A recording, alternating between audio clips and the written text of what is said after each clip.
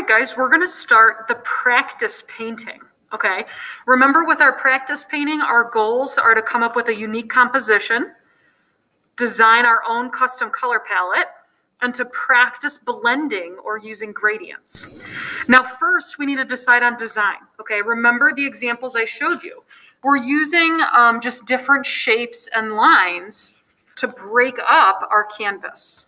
Okay, so these are our examples from the PowerPoint, and we're using just different setups to come up with our own unique custom design. So what you're going to do first is get a piece of paper and you're going to sketch out a couple boxes. Okay, we call these thumbnails.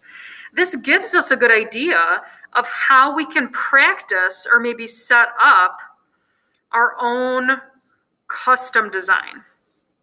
So I can just take my pencil. I don't even have to worry about getting a ruler or anything yet. And I can just try sketching out some different designs. Remember how we talked about focal point? Remember how we talked about overlapping?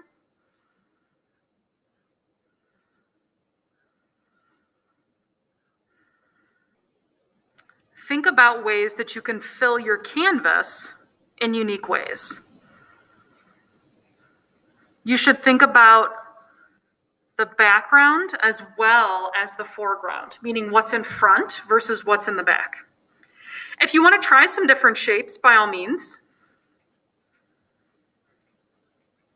just think about how you can come up with your own custom design.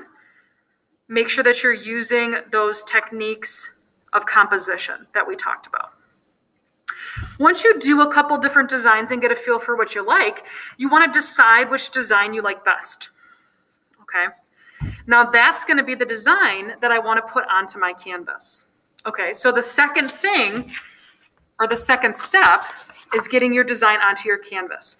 We're using the paper canvas, and it's the 8 by 12 inch canvas. When I get my design, here's where I want to be a little bit more careful. I can use maybe one of my cups to trace some circles, maybe like a roll of tape, something that's round, that can give me a circle shape that I like.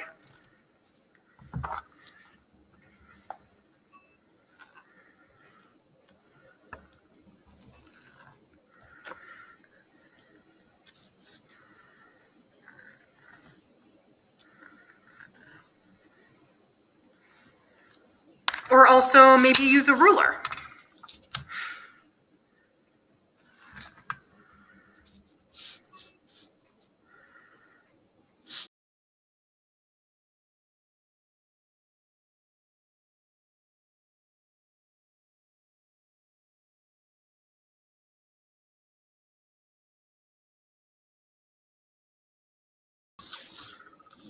Okay, I want some kind of guideline so I have a space to paint in. Now this uses a focal point because it's got the gathering of circles here in the corner. I can also use a different design that maybe doesn't have a layout for a focal point, but I could create a focal point using one of my spheres, okay? Once you have your design sketched out, now you have to mix your color palette. So I'm going to pick one color, and in my example here, I'm using my yellow-green. So I made my yellow-green, and then I just used some different colors to make different versions of my yellow-green. I've added more yellow, I've added more green. I've also started to mix it with maybe my white or my black, even my complement color to get more of that brown. Okay, I just did this as a sample. You don't have to do this on a canvas. You're just mixing your color in about 4 to 5 different colors. Okay, so here I have some examples already mixed. So here are my different paints, or my different versions of my yellow-green.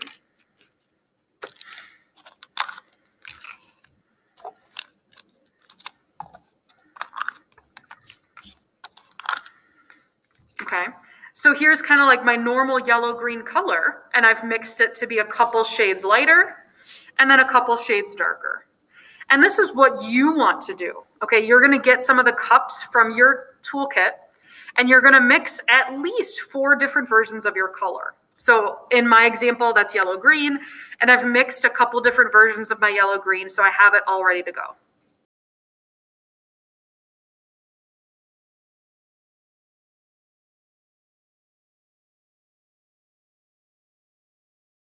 Now my goal is when I start painting, I want to incorporate my yellow-green colors into my canvas, into my painting. Everything in this painting should be a version of yellow-green. It's monochromatic. That means we're using the same color, just different versions of that color. Also, when I'm painting, I'm trying to get gradients or a blend from one color slowly to another color. So here's my yellow-green. Here it transitions to my light yellow-green. Here it transitions to my dark yellow-green.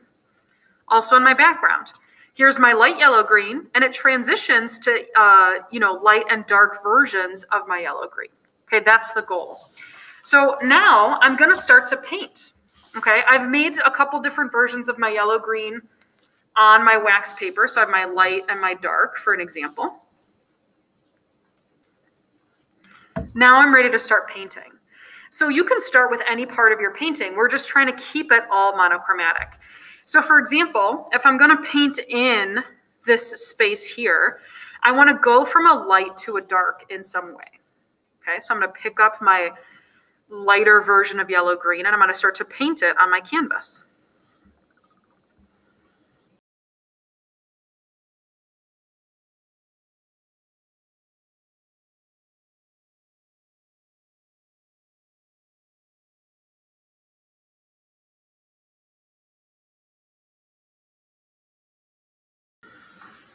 In my example here, I'm gonna go from a light to a dark.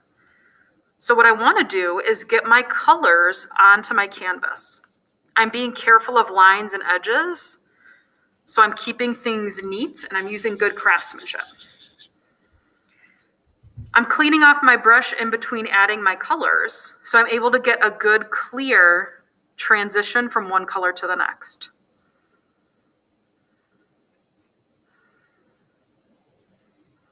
Now here is the part you have to be careful of. When you start to blend, you need a clean, dry brush. I'm cleaning off my brush really good, and I'm drying it on my paper towel very good. You want minimum water. Now I'm going to take my brush that's nice and clean and dry, and I'm going to start to pull across those colors, mixing them together.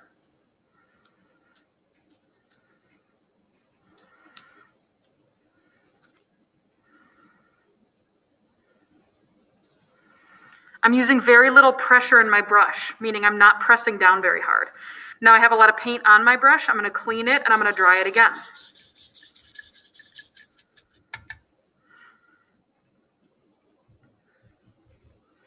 Now with my clean, dry brush, I'm going to start to pull across those colors, blending them together.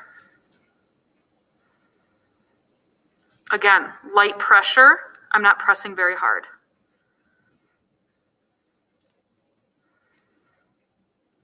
Okay, there we go. Now let's look at painting in a sphere. Same concept. I'm going to put my color onto my canvas and then I'm going to mix and blend it. So with making a sphere, we want to make sure we have a highlight, we have a middle tone, and we have a shadow. So there's my highlight. My middle tone is going to be my yellow-green color. Again, I'm getting that color onto the canvas.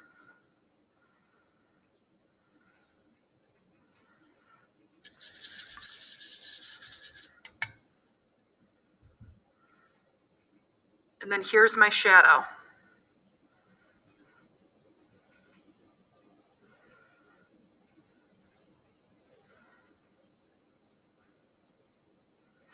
Now, same concept, clean, dry brush to blend those colors together.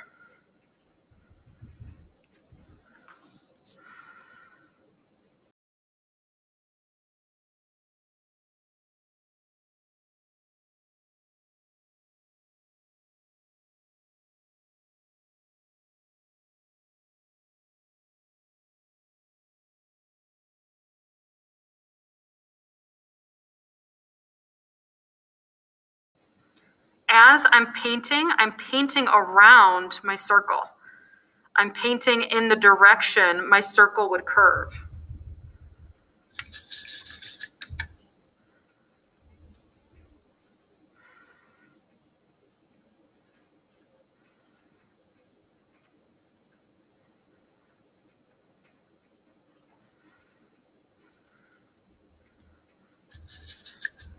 Once I have that painted in, you might notice it's very thin. Like acrylic paint and the color wheel, right? Our application might be a little bit thin, so we might need multiple coats. Or we might even just need to take some additional colors and add that back in on our canvas. So here, to make my highlight a little bit brighter, I'm adding a little bit more white. And again, clean, dry brush to blend. Now, this is our practice. We're really trying to get the hang of doing all of our different blending. So the goal here is to not just get it done, but it's to make sure that you understand how to blend, okay? We want to make sure that we are able to blend something that's three-dimensional to show volume, like the sphere, and also to blend gradients to, again, show depth in our background, going from light to dark. Continue painting this using all your different gradients, use your blending, and use your color palette. Remember, using all one color, monochromatic color, to fill in your canvas.